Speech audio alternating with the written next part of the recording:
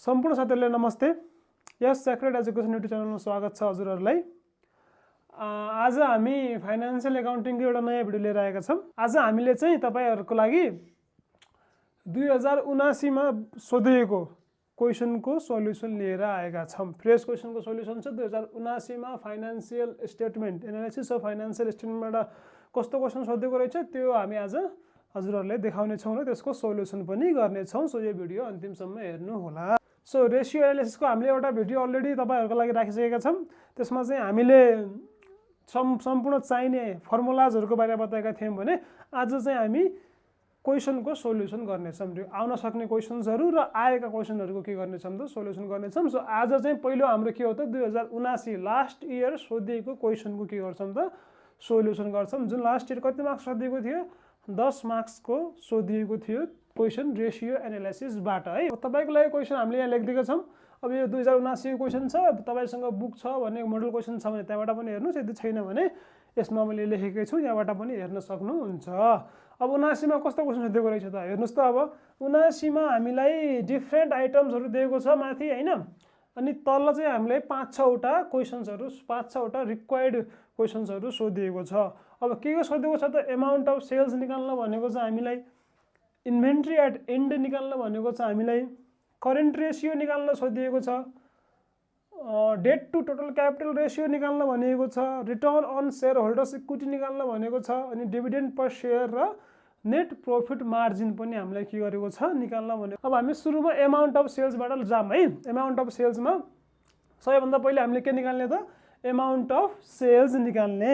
अब तपाईलाई मैले हिजोको भिडियोमा पनि फर्मुला बताउँदाखेरि हैन, हिजोको भिडियोमा फर्मुला राख्दाखेरि मैले हजुरलाई सेल्सको त्यस्तो पर्टिकुलर फर्मुला राखेन किनकि हामीसँग सेल्सको त्यस्तो पर्टिकुलर एउटा सेपरेट फर्मुला छैन है। सेल्स निकाल्ने नै फर्मुला छैन। हामीले सेल्स कसरी निकाल्नु पर्छ भन्दाखेरि या त फर्मुलाहरु जहाँ सेल्स रिलेटेड छन् हैन, जहाँ सेल्स छ जुन फर्मुलामा त्यो फर्मुला युज गरेर निकाल्न सकिन्छ, या त क्वेशनमै हेर्ने जहाँ सेल्स जोडिएर आएको छ, जुन क्वेशनमा सेल्स जोडिएको छ त्यसबाट हामीले के गर्नुपर्छ सेल्स निकाल्नु पर्छ। सेल्सको कुनै एउटा पर्टिकुलर फर्मुला हुँदैन है।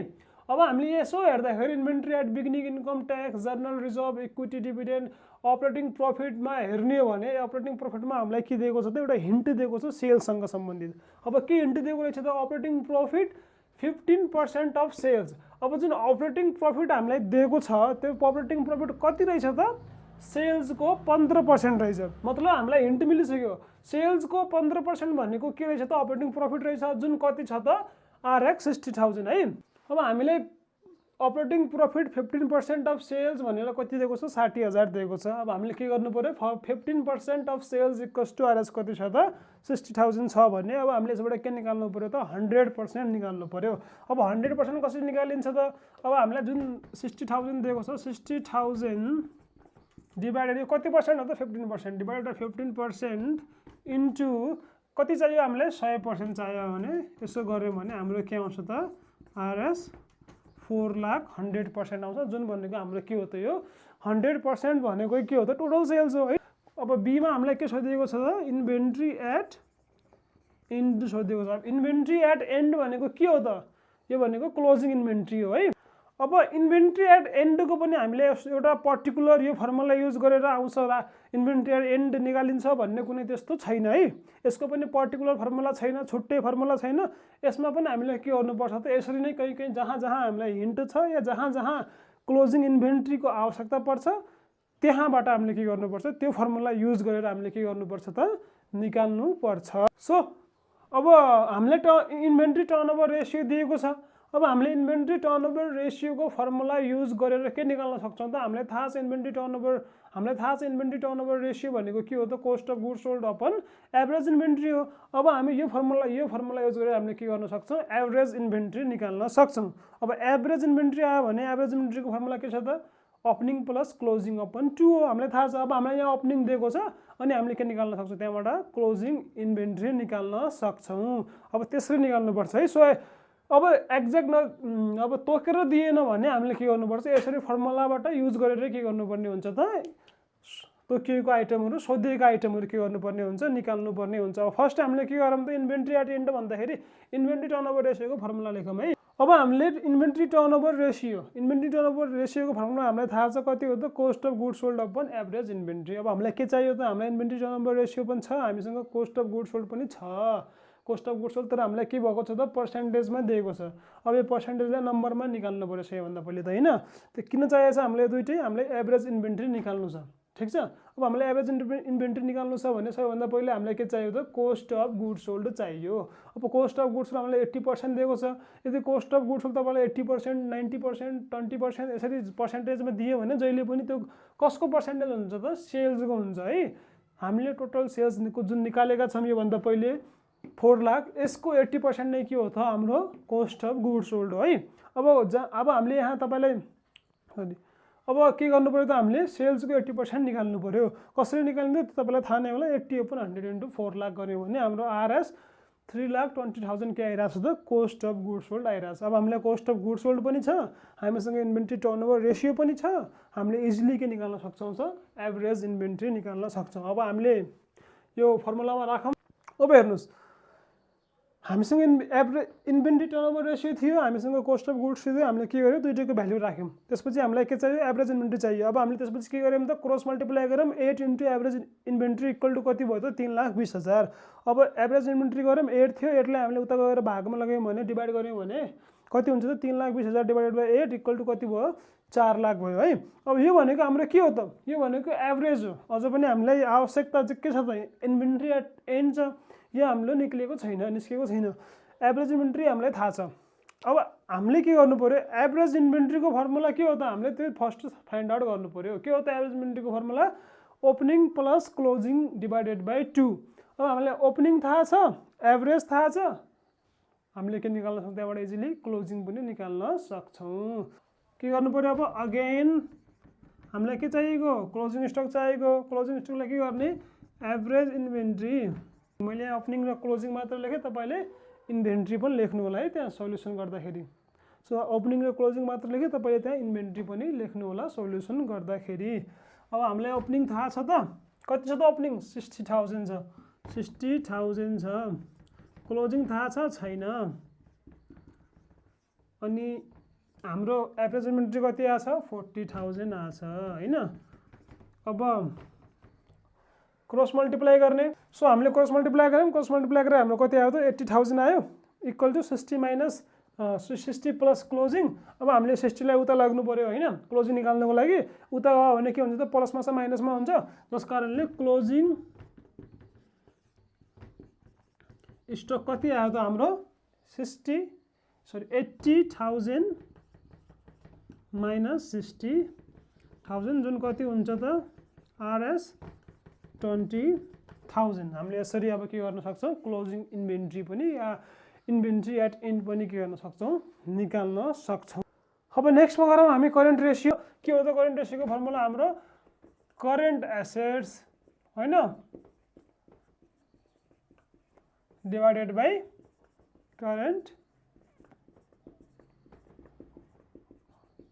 लायबिलिटीज। अब हेर्नुहोस् यसमा हेर्नु हामीले करेन्ट एसेट्स छ, एक्ज्याक्टली करेन्ट एसेट्स भनेर दिएको छैन, तर हामीलाई करेन्ट लायबिलिटीज भनेर चाहिँ 1 लाख रुपियाँ दिएको छ। करेन्ट एसेट्स भनेर दिएको छैन, तर हामीलाई के दिएको छ त क्विक एसेट्स भनेर दिएको छ। अब यो यति दियो भने हामीले के गर्न सक्छौँ करेन्ट एसेट्स पनि निकाल्न सक्छौँ, किनकि हामीलाई थाहा छ क्विक एसेट्स पनि हामीले केबाट निकाल्ने हो त करेन्ट एसेट्सबाट 2-3वटा आइटम्सहरू घटाएर नै हामीले के गर्नुपर्छ क्विक एसेट्स निकाल्नुपर्छ। अब जुन हामीले क्विक एसेट्स निकाल्दाखेरि फर्मुला युज गरेका थियौँ तिनी घटाएकोलाई हामीले के गर्नु पर्यो जोड्नु पर्यो। क्विक एसेट्स निकाल्ने फर्मुला हाम्रो के थियो त current assets minus closing inventory minus के थियो त प्रिपेड एक्सपेन्सेस। अब यहाँ तपाईँलाई प्रिपेड एक्सपेन्सेस दिएको छ, प्रिपेड एक्सपेन्सेस दिएको छैन, तर हामीले क्लोजिङ इन्भेन्ट्री हामीले भर्खरै निकाल्यौँ। योभन्दा पहिलेको क्वेसनमा हामीले के गर्यौँ क्लोजिङ इन्भेन्ट्री निकाल्यौँ भने त्यो फर्मुला त्यो नै हामीले एड गरेर के गर्न सक्छौँ करेन्ट एसेट्स निकाल्न सक्छौँ। अब हाम्रो क्विक एसेट्स कति दिएको छ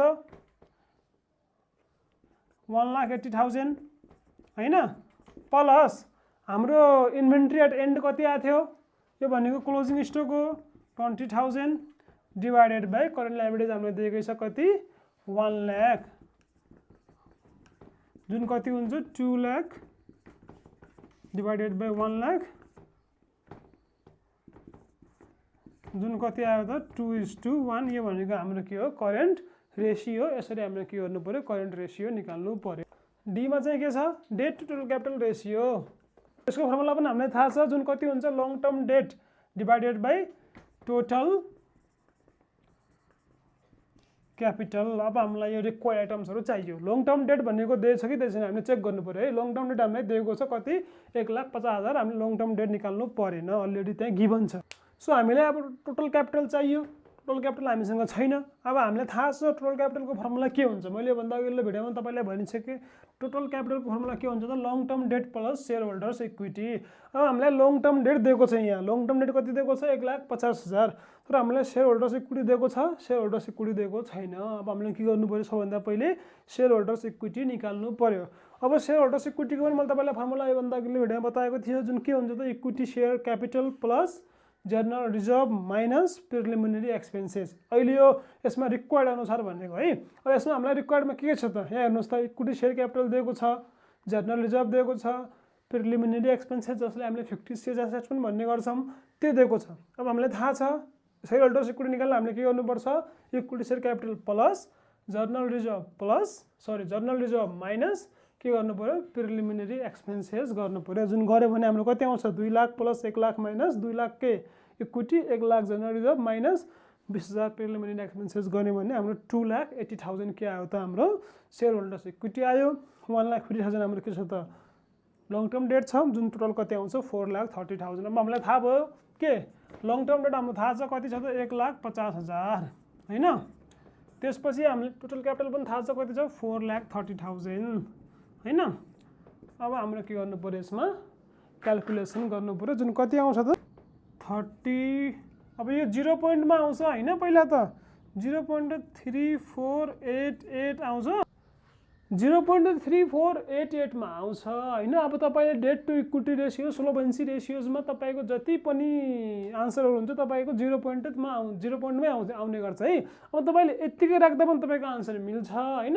नै तपाईँले पोइन्टमा राख्नु छैन भने 100 ले मल्टिप्लाई गरेर यसलाई के गर्न सक्नुहुन्छ, 34.88 यसरी पनि के गर्न सक्नुहुन्छ, राख्न सक्नुहुन्छ। अब यसको आन्सर के हो त, तपाईँले यसको औचित्य के हो, हाम्रो टोटल क्यापिटलमा 34.8% को के रहेछ त, डेट रहेछ है।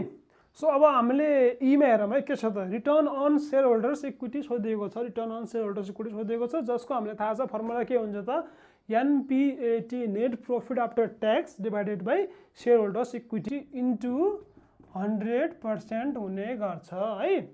अब हामीले सेयर होल्डर्स इक्विटी अलरेडी योभन्दा अघिल्लो क्वेसनमा निकालिसक्यौँ, यो हामीलाई निकाल्नु आवश्यक पर्दैन, छँदैछ। अब हामीलाई के चाहियो त, नेट प्रॉफिट आफ्टर ट्याक्स चाहियो। अब क्वेसनमा हेरौँ है, हामीलाई नेट प्रॉफिट आफ्टर ट्याक्स दिएको छ कि छैन। अब यसो सरसर्ती हेर्दाखेरि, अब क्वेसनमा यसरी हेर्दाखेरि हाम्रो नेट प्रॉफिट आफ्टर ट्याक्स कहीँ पनि दिएको छैन। प्रॉफिट भनेको एउटा मात्र दिएको छ, जुन के हो त, अपरेटिङ प्रॉफिट मात्र दिएको छ, नेट प्रॉफिट आफ्टर ट्याक्स दिएको छैन। अब हामीले के गर्नु पर्यो, नेट प्रॉफिट आफ्टर ट्याक्स के गर्नु पर्यो, निकाल्नु पर्यो। अब कसरी निकाल्ने त, यसको पनि तपाईँलाई फर्मुला छ, तपाईँसँग त्यो अलरेडी थाहा नै होला, तपाईँले स्टेटमेन्टमा पढिसक्नु भएको होला। के हुन्छ त, अपरेटिङ प्रॉफिटबाट यदि हामीलाई इन्ट्रेस्ट घटायो भने हामीलाई के आउँछ त, अर्निङ बिफोर ट्याक्स आउँछ, र ट्याक्स पनि घटाइदियो भने हाम्रो के आउँछ त, नेट प्रॉफिट आफ्टर ट्याक्स आउने गर्छ। अब हामीसँग अपरेटिङ प्रॉफिट छ, इन्ट्रेस्ट दिएको छैन भने इन्ट्रेस्ट नलेख्ने, अनि हामीलाई के दिएको छ, ट्याक्स दिएको छ, ट्याक्स पनि हामीले घटाइदियौँ भने हाम्रो के आउँछ, NPAT आउँछ। अब अपरेटिङ प्रॉफिट कति छ त हाम्रो, गरौँ है, 60,000 छ अपरेटिङ प्रॉफिट है। अब हामीले के गरौँ, भ्यालु राखौँ, 60,000 हाम्रो अपरेटिङ प्रॉफिट छ। अब इन्ट्रेस्ट छ कहीँ, इन्ट्रेस्ट छैन, त्यही भएर हाम्रो के गर्ने, 0 गर्ने होइन, लेस गरेर। अब हाम्रो के आयो त, 60,000 के आउँछ, EBT नै आयो, अर्निङ बिफोर ट्याक्स आयो। अब त्यसमा पनि लेस गऱ्यो भने हाम्रो ट्याक्स कति छ त, 25% हाम्रो ट्याक्स। यो अब हाम्रो 25% के को हो त, EBT को हो, अर्निङ बिफोर ट्याक्सको 25%। अब हामीले अर्निङ बिफोर ट्याक्स कति दिएको छ, हामीले कति आयो, 60,000 आयो। अब 60,000 के गर्ने, 25% निकाल्ने, जुन कति हुन्छ, 15,000 हुने गर्छ है। 15,000 भयो। अब यो 15,000लाई पनि हामीले के गर्यौँ, घटायौँ भने कति आउँछ त, RS 45,000, जुन के हो त हाम्रो नेट प्रॉफिट आफ्टर के हुन्छ, ट्याक्स हुन्छ। अब हामीलाई नेट प्रॉफिट पनि आयो, हामीसँग सेयर होल्डर्स इक्विटी पनि छ, हामीले के गर्नु पर्यो, अब यो फर्मुलामा राखेर return on shareholder equity निकाल्नु पर्यो। अब सेयर होल्डर इक्विटी हाम्रो कति आएको छ त, हेर्नुहोस् त, 2,80,000 है। यो सेयर होल्डर्स इक्विटी हाम्रो कति निकालेको छ हामीले, 2,80,000 यो नै राखौँ हैन, इन्टु 100 गऱ्यौँ भने, यसलाई क्यालकुलेसन गऱ्यौँ भने हाम्रो कति आउँछ त? सो हाम्रो के आयो त 16.07 हाम्रो के आयो, return on shareholders equity आयो। यसको मतलब के हो त, सेयर होल्डर्सले आफ्नो इक्विटीमा कतिको रिटर्न पाइरहेको रहेछ, 16% को रिटर्न पाइरहेको रहेछ। अब यहाँसम्म हाम्रो बुझ्नुभयो होला, यहाँसम्म तपाईँहरूले बुझ्नुभएको होला return on shareholders equity पनि कसरी निकाल्ने हैन। अब हामी नेक्स्टमा जाऊँ डिभिडेन्ड पर सेयर, धेरै सजिलो छ यो पनि। अब हामीले के निकाल्नु पर्यो, डिभिडेन्ड पर सेयर। अब डिभिडेन्ड पर सेयर भनेको एउटा सेयरमा कतिको डिभिडेन्ड पाइरहेछौँ त हैन, अब त्यो निकाल्नु पर्यो। अब योभन्दा अघिल्लो क्वेसन, अघिल्लो भिडियोमा मैले तपाईँहरूले यो डिभिडेन्ड पर सेयरको फर्मुला लेखाएको थिएन, तर चाहिँ यसमा सोधेको रहेछ, तपाईँले त्यो बुकबाट हेर्नु होला है, त्यस्तो खासै गाह्रो छैन।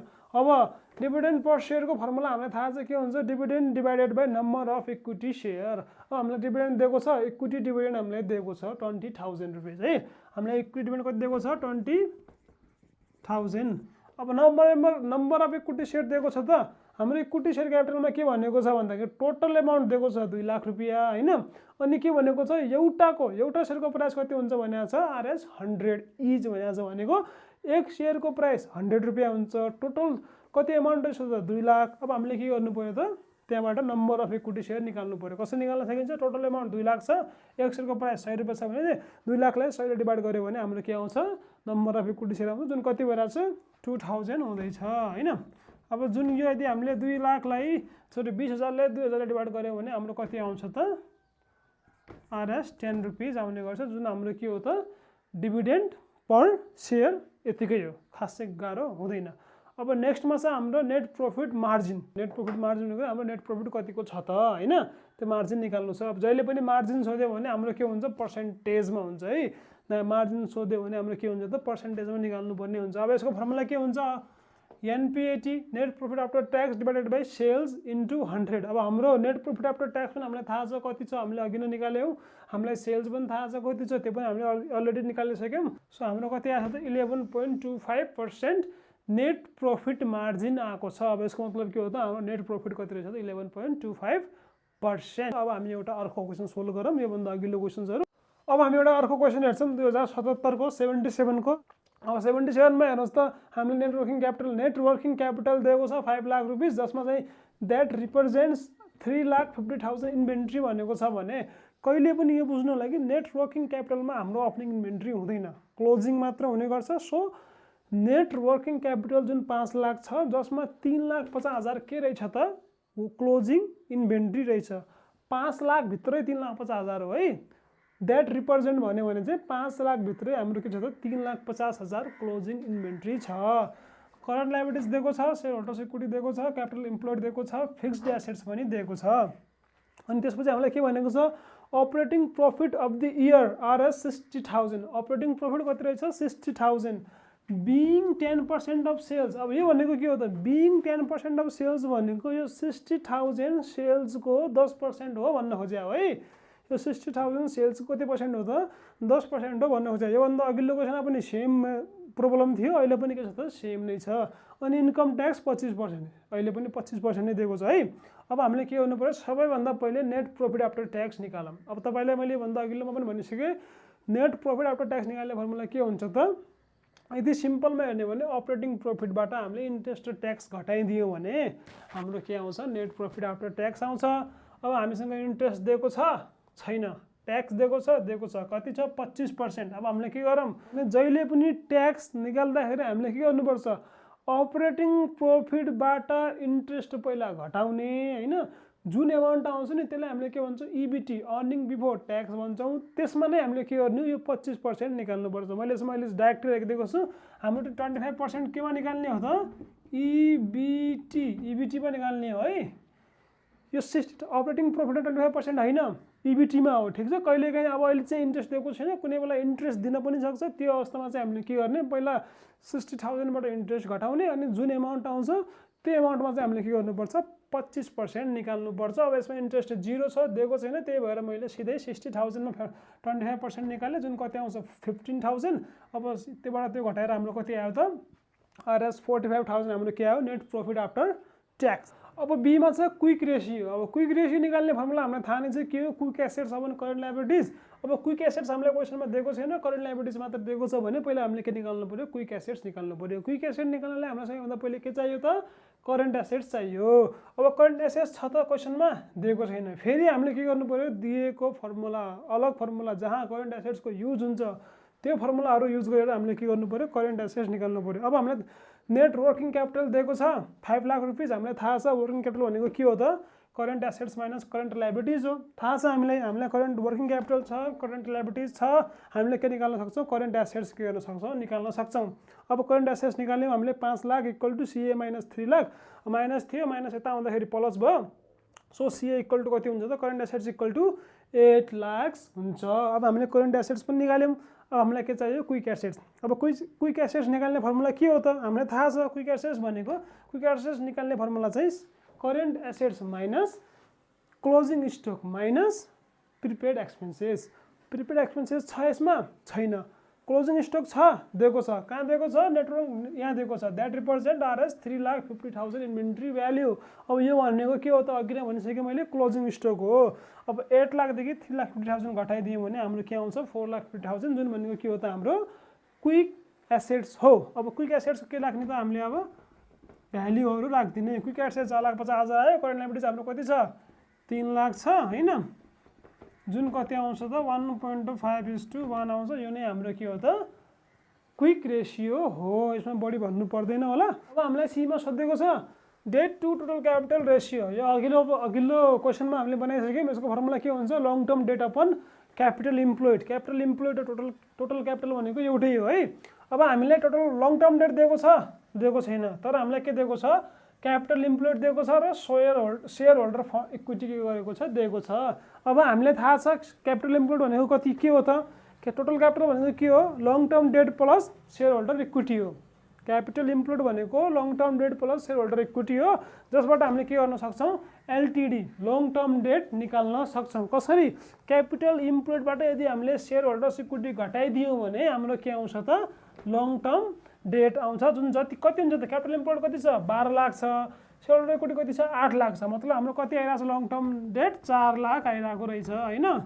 त्यसमा यदि हामीले अब 12 लाख के गर्ने, डिभाइड गर्ने, जुन कति आउँछ त 0.33। मैले अघि नै भनिसकेँ, यो यसमा यस्तै लेख्दा पनि हुन्छ, तपाईँले इन्टु 100 गरेर 33.3% पनि लेख्न सक्नुहुन्छ। अब चाहिँ हाम्रो स्टक टर्नओभर रेसियो। अब स्टक टर्नओभर रेसियो निकाल्ने फर्मुला दुईवटा हुन्छ, हामीलाई थाहा छ, cost of goods sold upon average inventory एउटा थियो, अर्को के छ त, हाम्रो सेल्स अपन क्लोजिङ इन्भेन्ट्री। हाम्रो फर्स्ट प्रायोरिटी चाहिँ कोस्ट अफ गुड्स सोल्ड नै हो होइन, कोस्ट अफ गुड्स सोल्ड नै वाला फर्मुला नै युज गरेर बनाउनु हो। तर यहाँ हामीले चाहिँ कोस्ट अफ गुड्स सोल्ड निकाल्ने कुनै पनि आधार भेटेनौँ, कोस्ट अफ गुड्स सोल्डसँग कुनै पनि हिन्ट पनि दिएको छैन, हामीले निकाल्न पनि सक्दैनौँ।